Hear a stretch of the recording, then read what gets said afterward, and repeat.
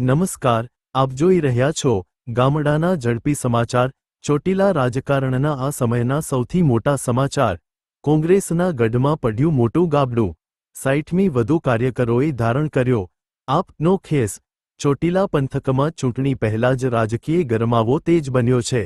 તાલુકાના આણંદપુર દેવપરા ગામે આજે કોંગ્રેસને મોટો ઝટકો લાગ્યો છે. આમ આદમી પાર્ટીની વિચારધારાથી પ્રેરાઈને કોંગ્રેસના 60મી પણ વધુ સક્રિય કાર્યકરોએ પક્ષને અલવિદા કહી દીધું છે.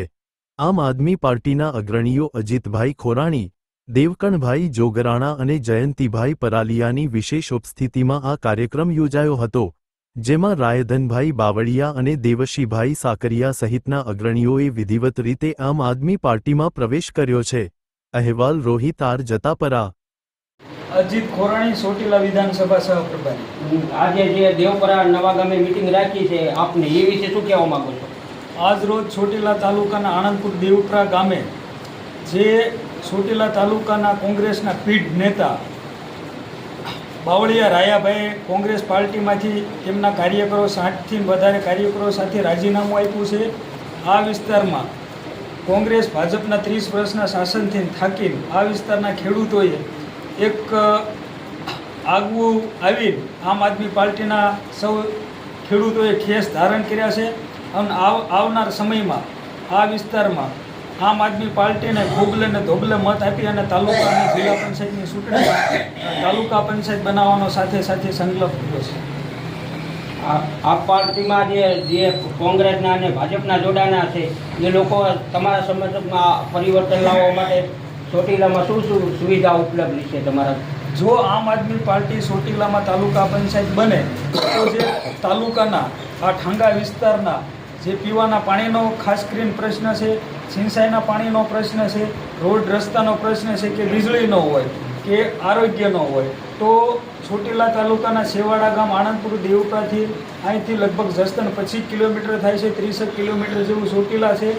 તો અહીંથી આરોગ્યની સુવિધા ક્યાંય નહીં. કોઈ પણને બેન દીકરીને જો ડિલિવરીની તકલીફ હોય તો અહીંથી 30 કિલોમીટર સુધી દૂર જવું પડે છે. જો આમ આદમી પાર્ટીની તાલુકા અને જિલ્લા પંચાયત બનશે તો 100% અમે આ વિસ્તારના ખેડૂતોને કહીએ છીએ કે આ વિસ્તારમાં તે બધી આરોગ્યની હોય, શિક્ષણની હોય, બધી સુવિધા અહીંયા સુધી મળી રહેશે. તાલુકા પંચાયતમાં કયા કામ આ ગામમાં છે તો એ હલ કરશું. આપ જોડીએ તો ગુજરાત મિરરના માધ્યમથી આપણે સીધા જ રહીએ. આપણે બીજા ભાઈને પણ પૂછવી કે દેવપરા, ચોટીલાના દેવપરામાં નવા ગામ આવેલું છે, ત્યાં આપણે દેવકરણભાઈ જોગરાણાને પૂછવી કે આપણે ભાઈ શ્રી અજીતભાઈ ખોરાણીને પૂછવી કે આ વિશે શું કહેવા માંગે. અજીતભાઈ, આપણું નામ? ખોરાણી અજીતભાઈ, ભૂકળવા જિલ્લા પંચાયત, આમ આદમી પાર્ટીના ઉમેદવાર. છેલ્લા 30 વર્ષથી ભારતીય જનતા પાર્ટીનું શાસન છે, જેમાં ખાસ કરીને ચોટીલાના આ ઠાંગા વિસ્તારમાં પીવાના પાણીના પ્રશ્ન હોય કે સિંચાઈના પ્રશ્ન હોય કે રોડ રસ્તાના હોય કે આરોગ્યના પ્રશ્નો હોય, સરકાર ભાજપ કોંગ્રેસ ચોટીલામાં આવીને છે પણ આ વિસ્તાર આ ઠાંગાના પ્રશ્નો ત્યાંના ત્યાં બેઠા છે. જ્યારે ચૂંટણી આવે છે ત્યારે નેતાઓ અહીંયા આવીને પ્રસારમાં વાત કરે છે કે ઊંધી રકાબી જેવો ઢાળ છે, પાણી નહીં આવી શકે. પણ સુરેન્દ્રનગરની ધોળી ધજા ડેમથી દ્વારકા અમરેલી સુધી પાણી જતું હોય, ભાવનગર સુધી પાણી જતું હોય, તો ચોટીલા તાલુકાના ખેડૂતોને કેમ પાણી નથી મળતું?